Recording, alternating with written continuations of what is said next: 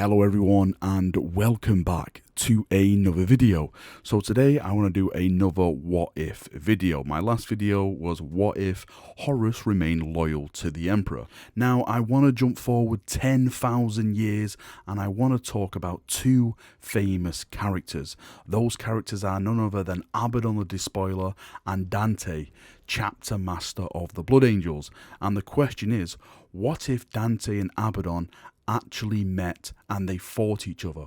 Who would win and who would fall? So let's jump in and let's have a little talk. Now before we get to the duel, I think it's best we set the stage for this epic battle.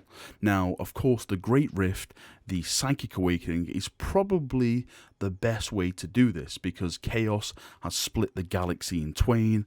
There's mass legions of demons pouring out, there's chaos warbands prowling the galaxy, imperial worlds are falling by the hundreds, maybe even thousands, the Space Marine chapters being wiped out, and the architect behind all of this is of course Abaddon. Now since the northern part of the galaxy is basically cut off from the Imperium, warp travel is very, very dangerous.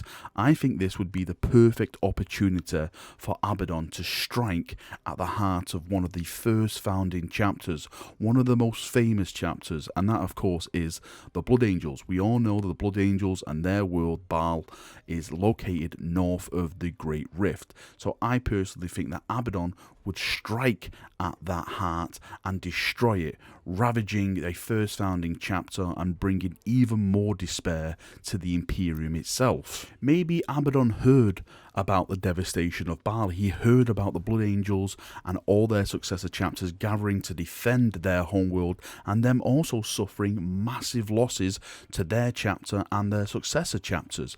Maybe he wants to strike at this planet while the Blood Angels are still weak, while they're still getting used to their Primaris Marines before they can fill their ranks fully with them. So let's say that the majority of the Black Legion, of course led by Abaddon, is making its way towards the Baal system.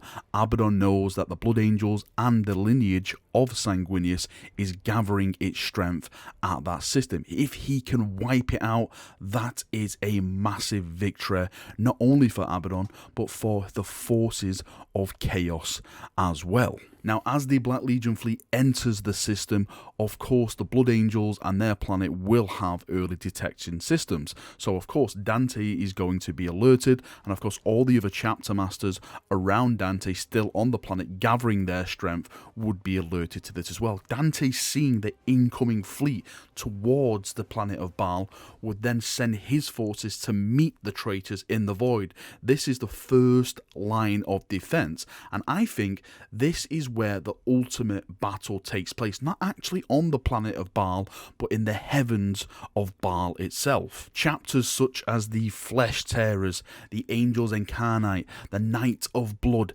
gather what strength they have, gather their ships, and they start making their way towards this mass of Black Legion ships. The Armada of Black is blocking out the sun. There's so much there, but the sons of Sanguinius will make a valiant stand. They will fight to the man. They will see their end go out with glorious, glorious light. I think it would be great if we had something like, since they're so close to the presence of Baal and their Primarch, that psychic presence of Sanguinius pushes them further on. It gives them more strength, more determination, more rage to fight back their traitorous cousins. The Blood Angels fleets, their successor fleets, engage the Black Legion fleets. There's boarding actions everywhere. The sons of Sanguinius are ripping apart the Black Legion, but it is not enough. There is just too many ships for them to handle.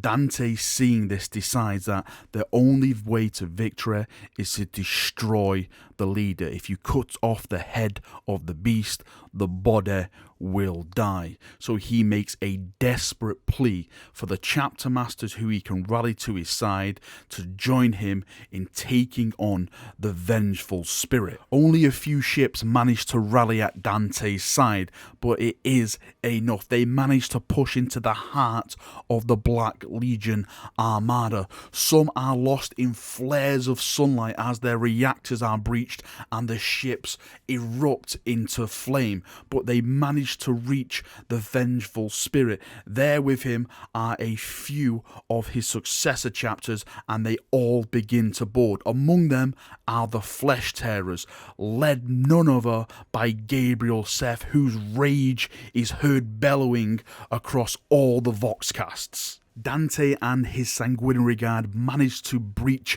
into the lower decks of the Vengeful spirit, but they have a long slog to make their way to Abaddon and his throne room to cut the head off the beast. They have to go through multiple decks, multiple warriors of chaos, demons, a ship infested with just pure chaos energy. The battles are long and hard.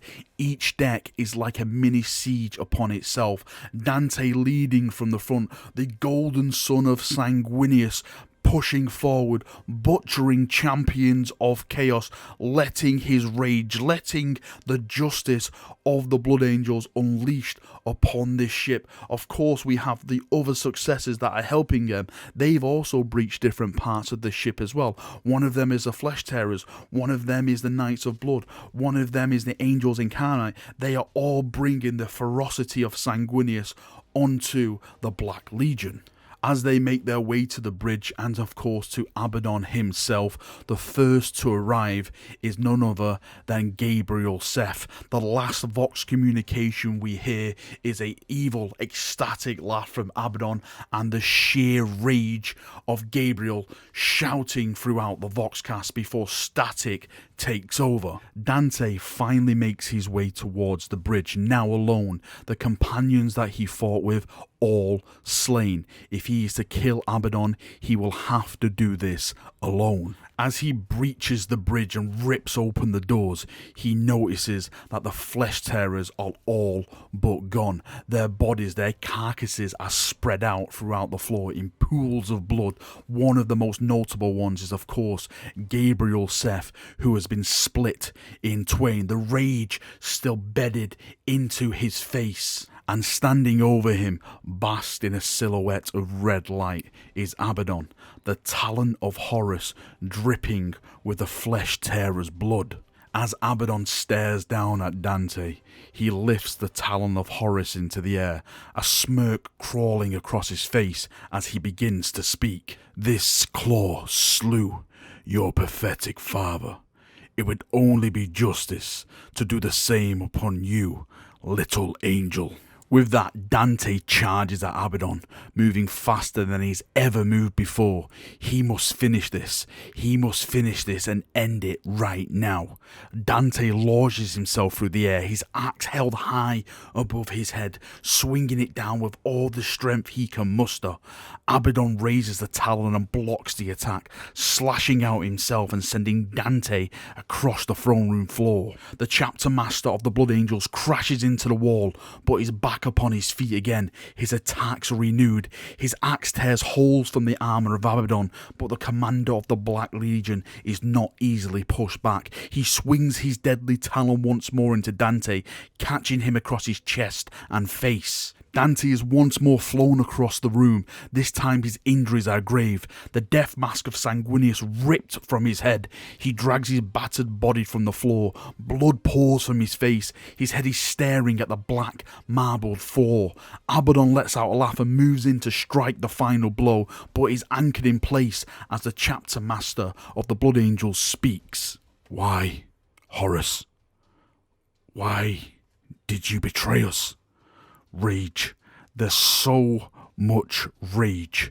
Dante lifts his head and looks upon Abaddon, his eyes as black as the void.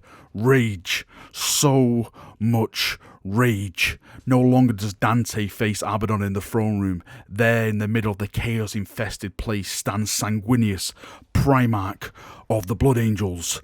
Why, Horus, why did you betray us? The golden figure throws himself upon Abaddon, his rage empowering him for one last attack. He hurls his axe as he charges. It connects, knocking Abaddon off balance just for a second. That's all he needs. He crashes into the commander of the Black Legion, his gauntlets gripping his head. Rage, so much rage. He lets out a roar of anger and begins to squeeze. The talon of Horus pierces the chest of Dante again and again, but the strength doesn't fade. With one last scream of hatred, his gauntlets crush the head of Abaddon. His lifeless body tumbles to the floor.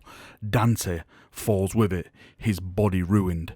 Rage. There's so much rage.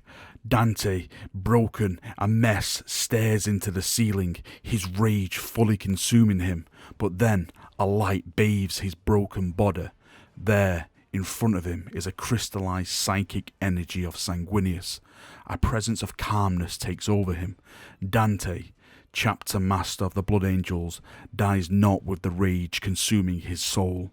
He dies with peace. And there we go. That is my take on what would happen if Dante and Abaddon met. I would like to get your thoughts and feedback. I would like to get your theories. What would happen? Do you think it would go down like that? Do you think it would go down different? Do you think Abaddon would win? Do you think Dante would win, as in my scenario? Let me know in the comment section down below, and we can have a nice little chat down there, as we always do. If you've got any suggestions for next videos or anything like that, please leave them down below in the comment section, and I'll try to come up with like a little story or something surrounding those events. Thank you for coming. Thank you for watching as always. Have a great day. See you now, and bye bye.